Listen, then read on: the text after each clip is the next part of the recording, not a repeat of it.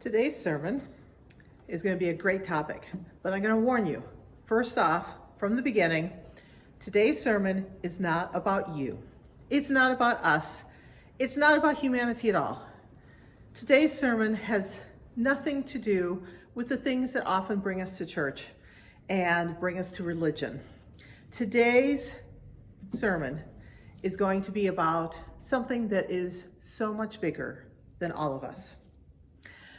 First off, I'd just like to remind us that we're going through a sermon series talking about the Psalms and how the Psalms can be part of our prayer life and how through the Psalms we see that God is holding our lives in God's hands. Last week we talked about a psalm that was really a prayer of hold me, a prayer where we were asking for wisdom for our leaders and help and comfort to people who are suffering. This last week or two, I had an interesting conversation with a friend of mine. And we were talking about where we find spirituality in our lives right now, in this chaos of times that are just not normal times. And this person was talking about how their own search for spirituality has really changed in the last few months. It's a person who really cares about wellness and wholeness and having healing in our lives and having a healthy life that reaches out to take care of everyone around us. But this person was saying that in the last few weeks and months, they'd really come to realize that there were a lot of people with a lot of ideas on how we should be living our lives to find wholeness and health. And that a lot of them were really like starting their own little cults. That was really just about a charismatic leader. It was about the person in charge, about the leader, that there was an egotism. It was about a person, and it was small. And as we were talking, we really talked about how both of us are looking for something that is bigger than ourselves, that goes beyond anything that we can imagine. Today's Psalm, Psalm 29, I believe, points us in exactly that direction. Psalm 29 has nothing to do with us until the very last verse. This is a psalm that is greater than one person. It is greater than all of us put together. This psalm is entirely about God. Now, at the very beginning, it talks about praising God. May all the divine beings praise God. And it's easy to kind of skip over that line like, oh yeah, we're all supposed to be worshiping God. This is a line that's actually talking not to us. Divine beings, the translation into English is really, we're not exactly sure what they're talking about here, but these are lesser gods. These are deities. Maybe they're angels and demons. But it's not about us. It is about deities coming together to worship the ultimate God of the universe. This is a psalm about a God who is power and wonder. It is a God who has control over water and thunder and fire and everything that grows from the earth. At the last line, it does say this is a God that will bless the people. But we are not called to action here. There is no role for us to play at all. We are an afterthought. We come at the very end, the last line. In some readings, there's like a space between most of the psalm and then the last two lines are kind of hanging out there by themselves. We're not important. We are not the center of this. It's not about us. This psalm is about the God of all creation, not our creation, not our imagination, not our needs, our wants, our desires. This is the God of the universe. I'd like to pause for a moment and make a note about the name used for God in our reading today. It's a name that many of us don't use as often, although we maybe have heard it. But our reading today referred to God as Adonai and once or twice as Yahweh. These are ancient names for God. Now, in our English Bibles, these are often translated as Lord, either in all caps or capital L and small letters for Lord. But in the original Hebrew, what we see is that early on, there was a 4-letter name for God, YHWH, which is sometimes pronounced Yahweh. It was written without any vowels in it. It was just written with the 4 consonants. And for the Jewish people, this name was so holy that they never said it out loud. This is the core name for God. This is the God who is I am. This is the God who simply is being. God's presence in the past, God's presence in the present, God's presence in the future. This is God as being. Now, while the Jews considered this name so holy that it was not to be said out loud, when they were reading scriptures and worshiping together, they needed a name for God. So the Hebrew name was Adonai. And this was a Hebrew term that gave some sense of the covenant relationship, that this is a holy name for God, and it is the covenant name that binds the people of Israel to their God. In our reading today, what is usually read as Lord in many of our translations was read as Adonai. Our reading came from a translation that is used by the Order of St. Luke, which is a group of, we would call them monks or nuns in the Roman Catholic tradition, but it's a group of people who've come together to really build up the sacramental life within the Methodist Church. They really emphasize the practice of communion and baptism. And then they follow in many of the daily traditions that we associate with monks and nuns.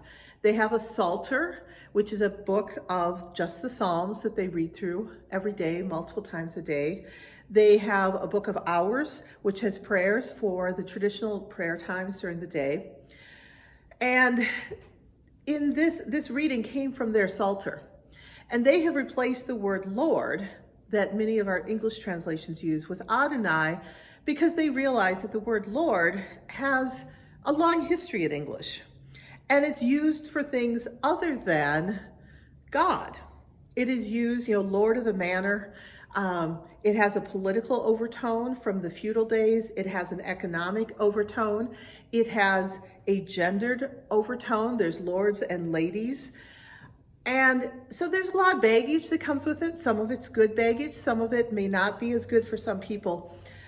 But they use the word Adonai instead of Lord to make sure that they are focusing on God and that there is no human history and culture that gets layered onto that. And so I think that's a good thing for us to think about as we're reading through our texts. What are the names of God used? What do those words mean in our lives? Is there a different way that we can refer to God to make sure that we focus on God and God's being and presence alone, and not be putting human ideas and culture and experience onto that? So enough for the sideways tangent there about the name of God used in our reading today. Going back to Psalm 29 though, as I was reading through this week and thinking about this message,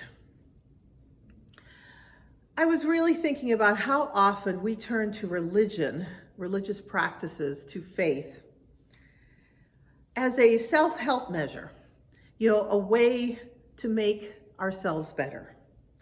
And that approach to religion is really about me. It's about us. Sometimes we turn to religion for comfort, again, meeting a personal need. Sometimes we're full of thanks and gratitude. But again, that comes from a place of ourselves.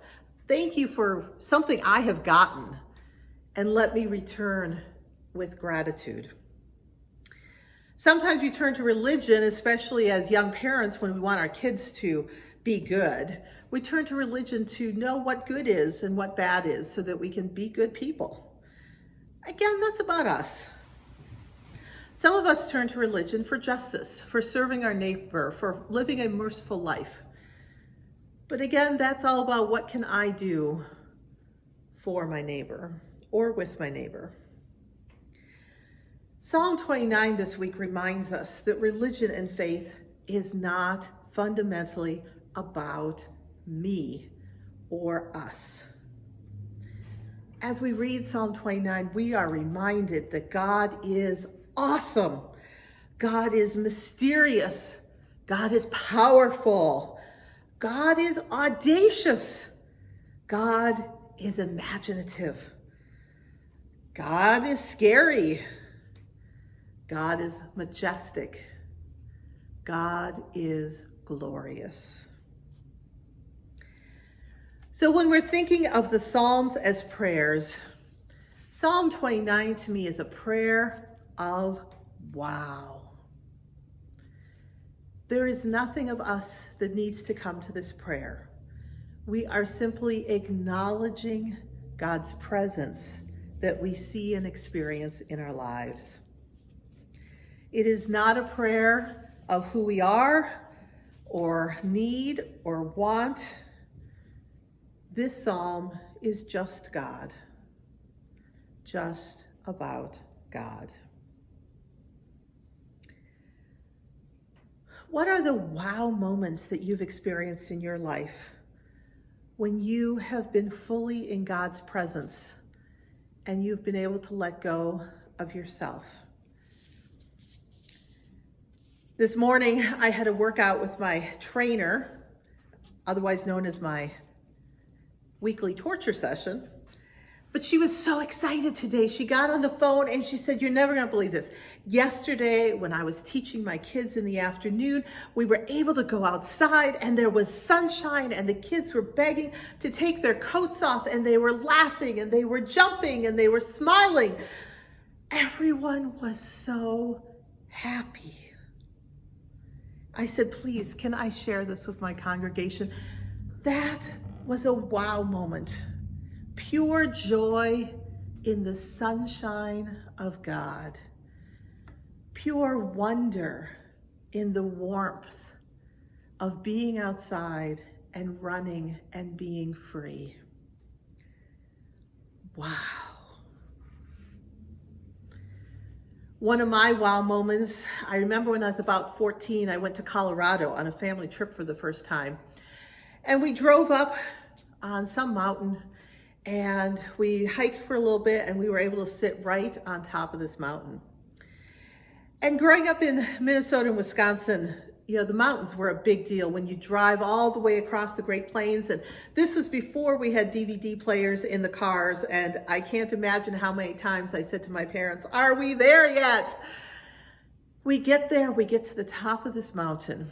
And I get up there and I sit down on a rock and I look to the west, and it was about an hour before sunset. So the sun was starting to get low, not quite sunset, but I looked to the west and it was mountain after mountain after mountain after mountain with this, you know how the sun just starts to soften as it gets close to sunset? And I looked and I just felt such a sense of peace. It was a sight I had never seen before. It was God.